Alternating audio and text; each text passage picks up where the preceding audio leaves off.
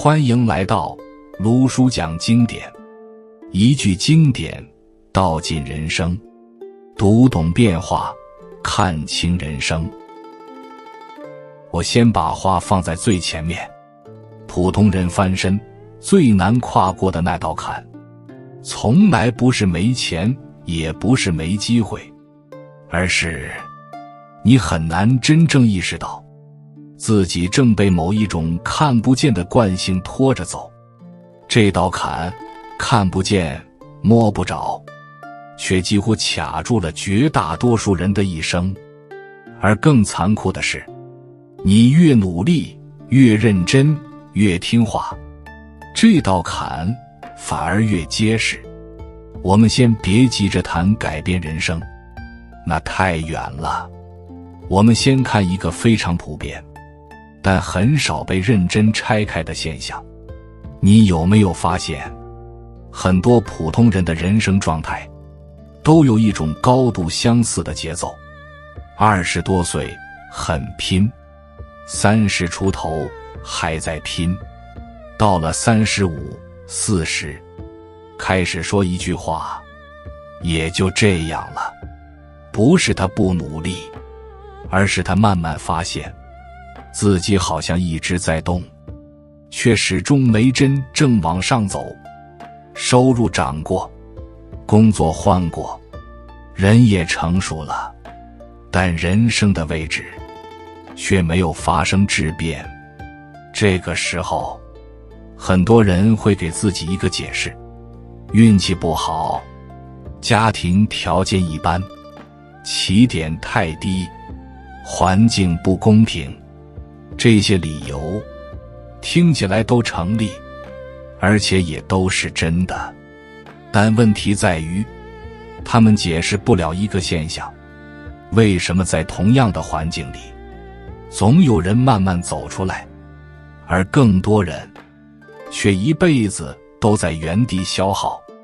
这里我想说一句很实在的话，真正拉开差距的往往不是你拥有什么，而是你默认了什么。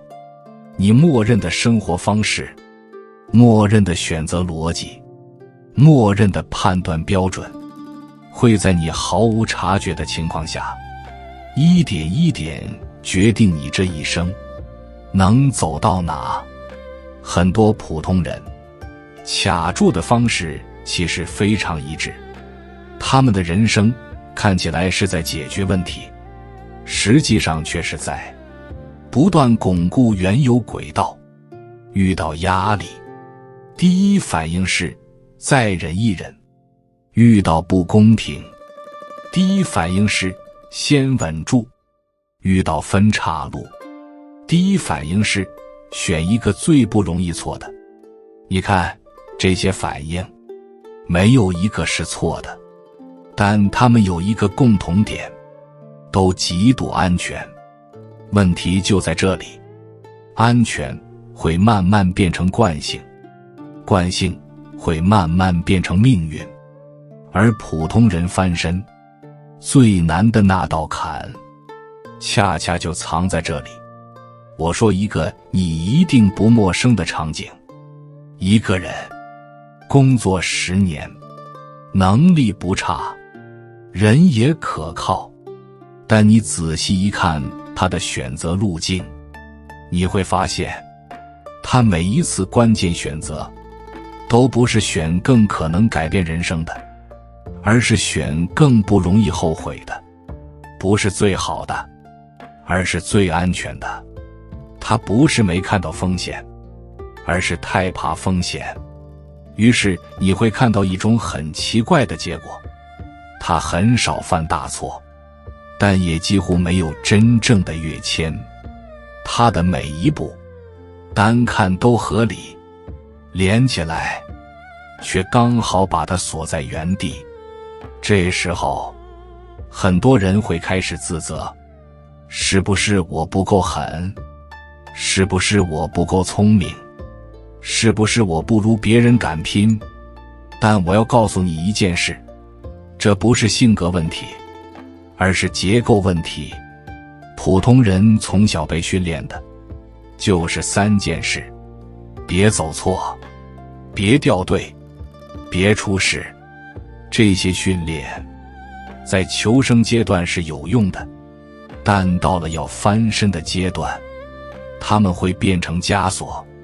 你会慢慢形成一种非常稳固的思维模式。我得先把现在稳住，等条件成熟了再说。万一失败了怎么办？这些话，你可能已经对自己说了10年。而真正的问题是，条件永远不会自动成熟。我想让你注意一个很重要的细节，那些后来走出来的人，并不是一开始条件最好，他们真正不同的地方在于，他们在某个阶段敢于打破默认选项，而普通人最难跨过的那道坎，就是你是否敢意识到，你现在的很多选择，只是因为大家都这么选。我们先不谈对错，也不谈值不值得，我们只承认一件事：当你的人生完全由安全感主导时，它几乎不可能发生结构性改变。而翻身本质上就是一种结构变化。到这里，你应该已经感觉到了，我们其实还没真正进入思维圈层选择，但那道坎已经隐约出现了。它不是外面的墙，而是你心里那套早已习以为常却从未认真怀疑过的运行方式。在上一部分，我们其实已经碰到了那道坎的边缘。它不是钱，不是机会，甚至也不是能力，而是一套你已经用得非常顺手，却从来没有认真怀疑过的运行方式。这套方式不会一下子毁掉你的人生，恰恰相反，它会让你稳稳地活着。但也正因为稳，它会让你一辈子都很难真正走出原来的层级。我们先说一个很多人都会点头的感受，你有没有发现，越到后来，你越不敢乱选。年轻的时候，你可能还会说一句，大不了从头再来。可随着年纪增长，你开始背上更多东西，家庭期待、经济压力、已有投入、别人的眼光，这些东西不会一下子压垮你，但他们会慢慢塑造你做决定的方式。你开始越来越现实，也越来越保守。问题就在这里，现实本身不是错，但当只求不出错变成你唯一的判断标准时，你的人生其实已经开始锁死。因为翻身这件事本质上就意味着你要在某个阶段接受不确定。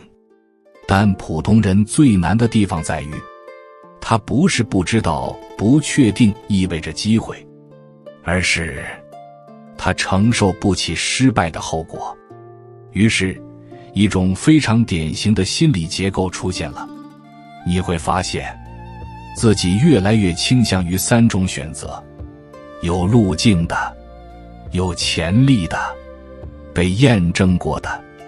听起来很理性，但它有一个隐藏代价，它只会把你带到别人已经走过的位置，而不是带你去真正拉开差距的地方。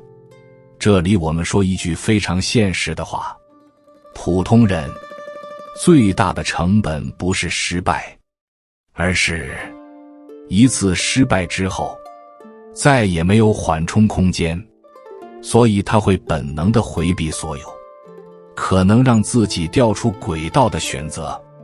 而这正是那道坎真正开始成型的地方。你慢慢会发现，自己开始习惯性的做3件事。第一，把暂时方案当成长期方案，比如先找个稳定的，以后再说。可这个以后往往就成了一辈子。第二，把过渡状态当成人生定位，本来只是权宜之计，却在不知不觉中变成了你全部的身份。你一旦适应了它，再想离开，心理成本就会极高。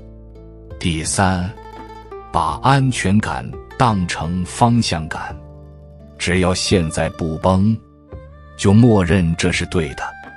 而真正该问的那句话，这条路能不能把我带到我想去的地方，反而被长期搁置。这3件事叠加在一起，就会形成一种非常牢固的状态。你每天都在忙，但你的人生方向已经很久没有真正调整过了。我讲一个非常常见的生活场景，一个人在一个行业里待了7、8年，他心里很清楚，这个行业天花板不高，但他依然会告诉自己，我至少比刚毕业时强多了。这句话本身没错，但它有一个隐含前提，比较对象永远是过去的自己，而不是未来的可能性。于是他会不断给自己找理由，现在出去太冒险，再等等，时机更成熟，换了也未必更好。你会发现，这些理由不是假的，而是太合理了，合理到足以让你原地停留10年。到这里，我们要慢慢点出一个关键事实，那道最难跨过的坎，并不是外界不给你机会，而是你越来越少给自己重新选择的权利。你不是没选项，而是你默认有些选项不该考虑，而这种默认一旦形成，就会开始反过来塑造你身边的一切。你的圈子会越来越稳定，你的信息来源会越来越单一，你的判断会越来越一致。不是因为你不聪明，而是因为你已经进入了一种高度自洽的系统。这个系统最大的特点是，它不会让你立刻失败，但它会让你很难再发生跃迁。你会感觉生活在往前走，但高度不再变化。到这里，我们其实已经碰到了思维圈层选择这3件事的交汇点。它们不是3个独立的问题，而是一整套相互强化的结构。在前面2部分里，我们已经把那道坎的轮廓慢慢勾出来了。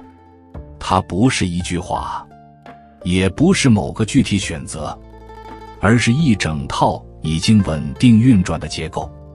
而这套结构里有一个力量，比很多人想象中要大得多。圈层。很多人一听到圈层这2个字，第一反应是排斥的，觉得这是在说谁比谁高级，谁瞧不起谁。但我想说一句很清楚的话，圈层这件事从来不是道德问题，而是环境问题。你待在哪种环境里，你就会慢慢习惯哪种人生尺度。我们先从一个很日常的现象说起，你有没有发现，一个人只要在某个环境里待久了，他对正常的判断就会被悄悄重塑。在一个所有人都很累，但都觉得这就是现实的地方，你一旦说一句有没有别的可能，反而会显得不合时宜。不是因为你错了，而是因为你动摇了这个环境的共识。于是大多数人会学会一件事：不要多想，不要多问，不要显得不一样。久而久之，你连自己都说服了。我给你讲一个非常典型的生活场景。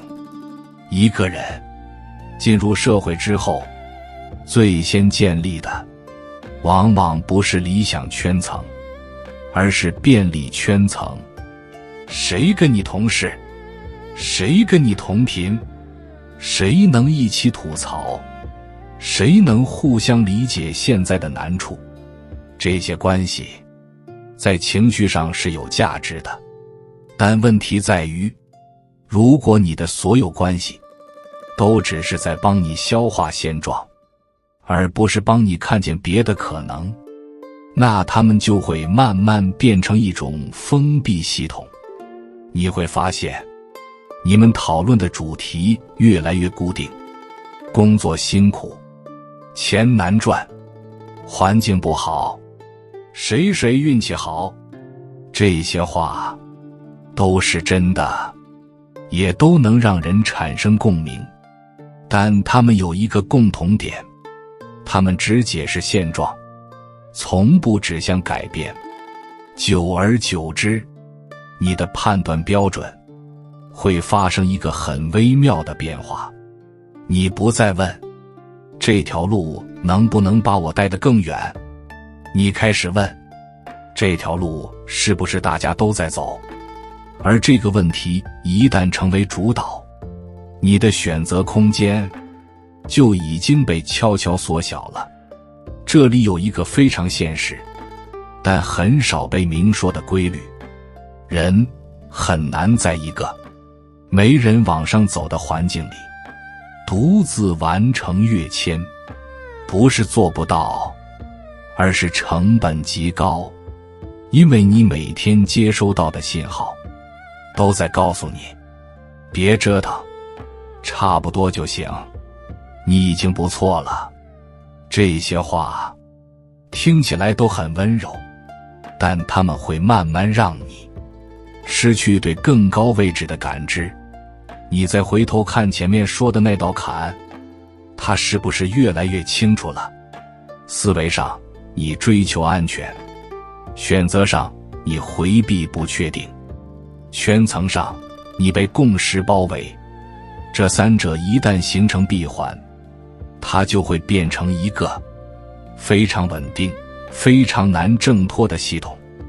而这个系统最厉害的地方在于，它不会阻止你努力，它甚至会鼓励你再坚持一下，但它会让你所有努力都只发生在同一高度上。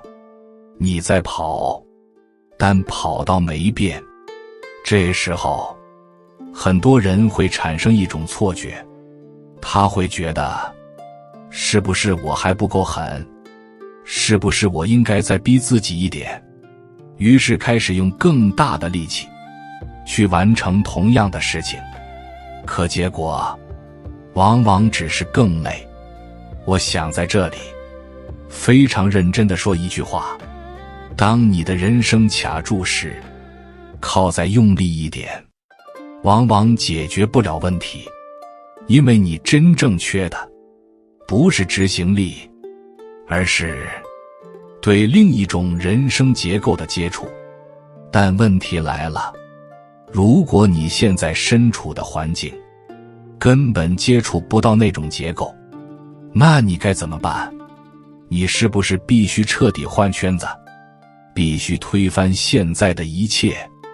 不，真正要跨过那道坎，并不需要你立刻跳出去，它需要的是你在某个关键节点做一次不完全按惯性走的选择，而这个选择才是那道坎的最后一段。前面我们讲了思维，讲了圈层，讲了环境是如何一点一点把一个人固定住的。但如果故事停在这里，那就太容易让人绝望了，因为你会觉得，那我现在这样，是不是已经没救了？不是，真正残酷，也真正有希望的地方，恰恰在最后这一点。很多人理解的翻身，其实从一开始就错了。他们以为翻身是钱更多一点，位置高一点，被人尊重一点。但你仔细想想，这些东西真的能翻一个人吗？不完全。我想给你换一个角度，翻身这件事，从来不是你拥有什么，而是你开始站在哪个位置上看世界。这个位置不是社会地位，不是收入水平，而是一种非常隐秘的东西。位置感。什么叫位置感？简单说一句你就明白了。你做决定时，是站在我配不配，还是站在这件事值不值得我去做？这两种视角看起来差不多，但人生会完全不一样。大多数普通人在很长一段时间里做选择的出发点都是我配不配，这个机会是不是轮得到我，我现在这样行不行，万一失败怎么办？这些问题不是懦弱，而是长期环境塑造的结果。你被教会的是先自我审查，再允许自己行动，而真正开始翻的那一刻，往往发生在你第一次不完全按这个逻辑走。不是你变得自信了，不是你想通了一切，而是你在某一个节点突然意识到一件事，原来我现在站的这个位置本身就限制了我能看到的东西。我见过很多人，人生真正发生变化的节点都很安静，没有豪言壮语，没有推翻重来，只是一次选择，一次在外人看来甚至有点不理性的选择。比如明明身边的人都不看好，你还是决定是一条更慢但更有空间的路。明明继续待着最安全，你却选择离开一个消耗你但很稳定的环境。明明再忍一忍就过去了，你却第一次承认这个位置我不想再站了。这些选择往往当下看不出任何翻身的迹象，甚至会更难，但他们有一个共同点，他们把你的人从被结构安排挪到了开始对结构有感知的位置上。这一点非常关键。你再回头看我们讲的那道坎，它到底是什么？不是钱，不是能力，甚至不是资源，而是你是否意识到你现在站的位置本身就是问题的一部分。一旦你意识到了这一点，那道坎其实已经开始松动了。我想说一句可能不太好听的话，大多数人一辈子没有翻身，不是因为他们不努力，而是因为他们太早就接受了一个合理但不高的位置。他们把差不多当成了成熟，把稳定当成了安全。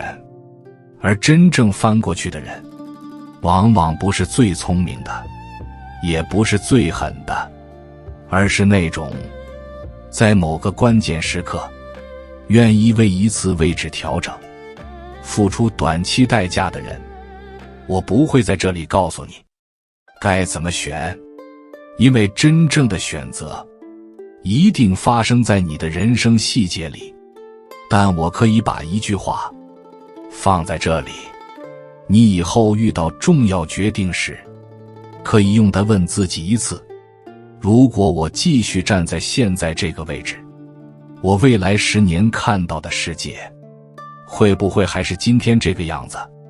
如果答案是会，那你心里其实已经有数了。翻身从来不是一蹴而就，他是一个人在长期惯性里第一次对自己说，这个位置我不想再站下去了。如果你听到这里，心里有点安静，甚至有点沉，那说明这不是鸡汤，而是你正在消化的东西。卢叔送你一句话作为结尾：真正拉开人与人差距的，从来不是你多努力，而是你是否意识到，你已经站在一个不该久留的位置上。这里是卢叔讲经典，我们下节课再见。